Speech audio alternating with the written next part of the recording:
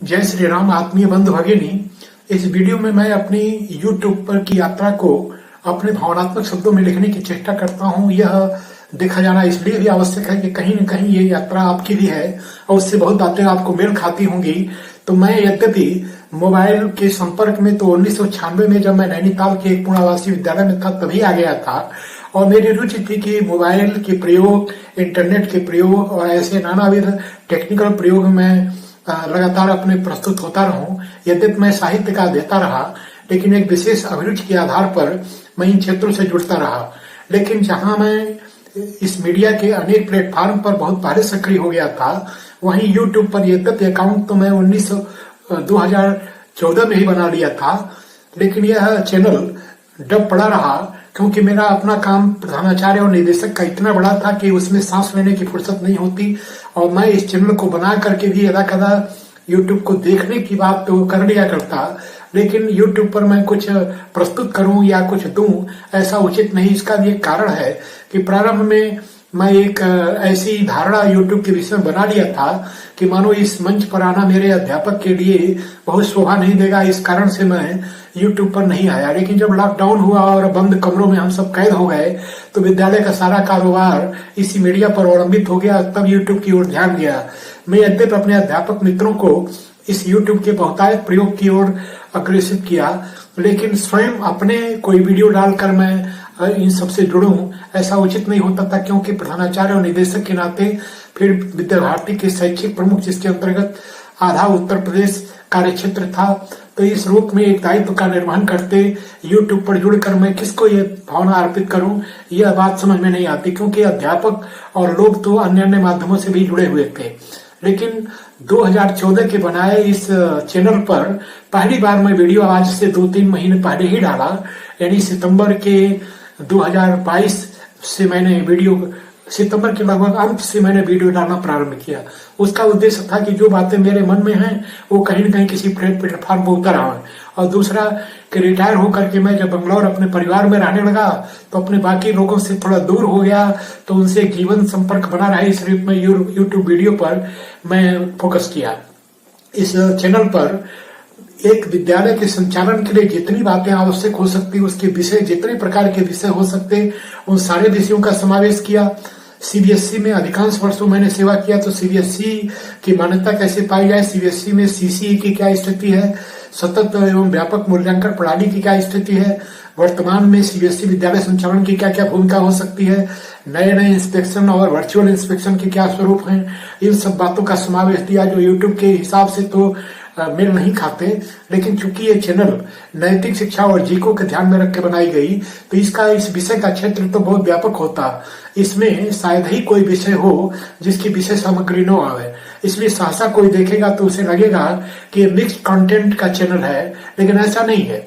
इस चैनल का जो प्रधान विषय की, यानी यह चैनल मोरल एजुकेशन और जीके को ध्यान में रखकर बनाया गया, इसलिए इसमें विषय की विविधता तो स्वाभाविक रूप से आएगी ही आएगी। आइए मैं कुछ व्यक्तिगत चर्चा करता हूँ, व्यवहारिक चर्चा करता हूँ। तो इस वीडियो को बनाने के पीछे मेरे पास कोई बहुत संसाधन नहीं रहा। एक हाथ में नियमित प्रयोग का जो एक सस्ता सा मोबाइल, जिसके कैमरे की कोई गुणवत्ता नहीं, जिसमें साउंड कैपेसिटी बहुत अच्छी नहीं, और उसके आधार पर मैं अपने मोबाइल को कहीं दूर किताबों के सहारे टिकाकर और वीडियो बनाने का प्रमाद कर बैठा। इसलिए अधिकांश वीडियो में कहीं फेस उचित नहीं, कहीं सिर ऊपर की ओर, कहीं शरीर नीचे की ओर, कहीं ऐसा। इस बात का ध्यान इसलिए नहीं रखा जा सका क्योंकि इस काम में अकेले मैं और मेरे साथ संसाधन तो बिल्कुल नहीं था। लेकिन फिर भी इसके बल पर मैंने एक प्रयास किया और इसके आधार पर कम से कम आज 500 के करीब वीडियो बनकर तैयार हैं, थोड़े पोस्ट होने बाकी हैं। तो इस 500 पोस्ट को करने के पीछे मेरा उद्देश्य ये था कि विद्यालय और मोरल एजुकेशन से संबंधित अधिकांश बातें कवर हो चुकी। चूंकि इन दिनों बोर्ड परीक्षा का क्रम चल रहा है, इसलिए बोर्ड परीक्षा को ध्यान में रखकर उन विद्यार्थियों के मोटिवेशन के लिए भी 15-20 वीडियो डाला।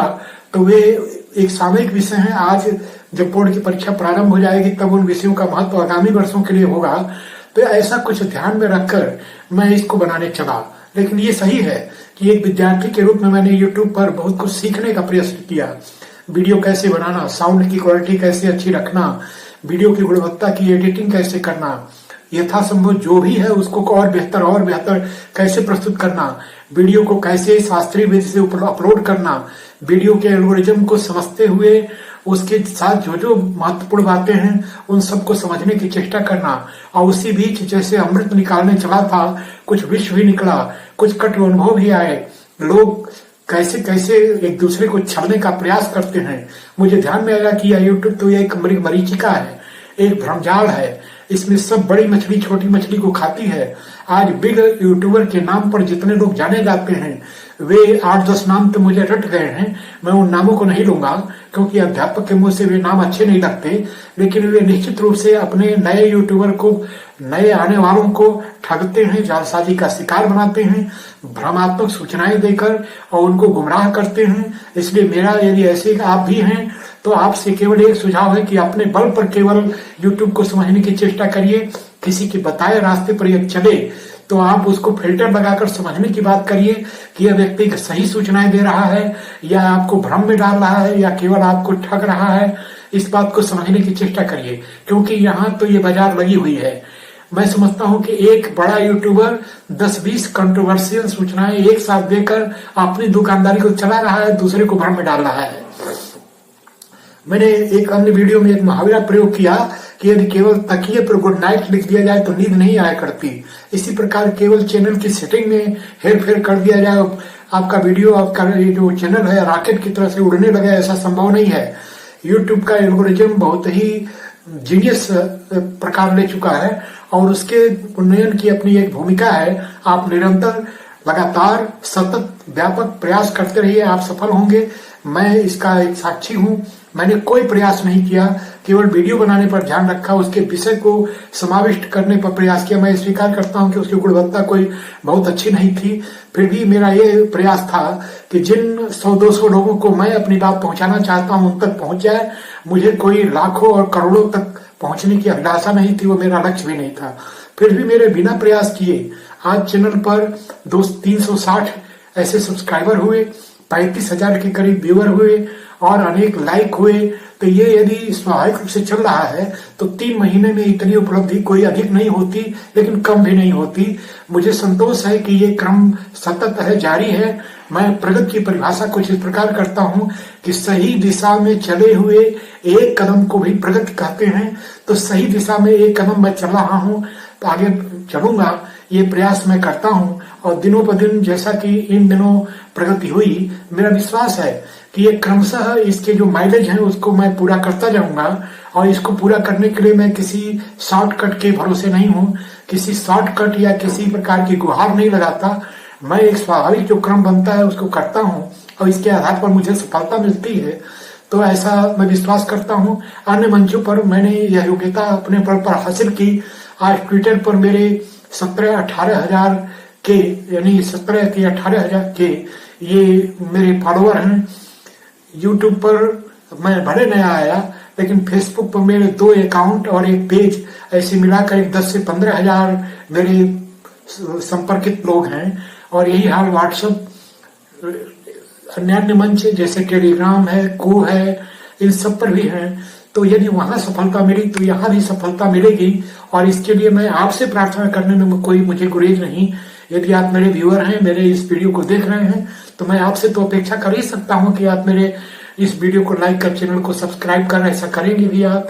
क्योंकि केवल भ्रम के सहारे जो लोग आगे बढ़ते जा रहे हैं, उनके सहारे कुछ ईमानदारी से प्रयास कर रहे लोगों को भी संबल प्राप्त होना चाहिए।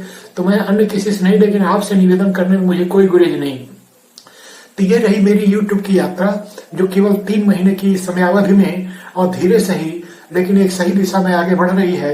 मैं निरंतर एक अध्यापक के रूप में प्रयास करूंगा और विद्यालय शिक्षा, मोटिवेशन, नैतिक शिक्षा, जीके से संबंधित जितनी बातें क्रमशः मेरे ध्यान में आएंगी, मैं उसको वीडियो का रूप देकर आप तक पहुंचाने की चेष्टा करूंगा। आशा है कि आप इस प्रयास को सम्मान देंगे और मुझे पूरा विश्वास है कि आप यही करेंगे।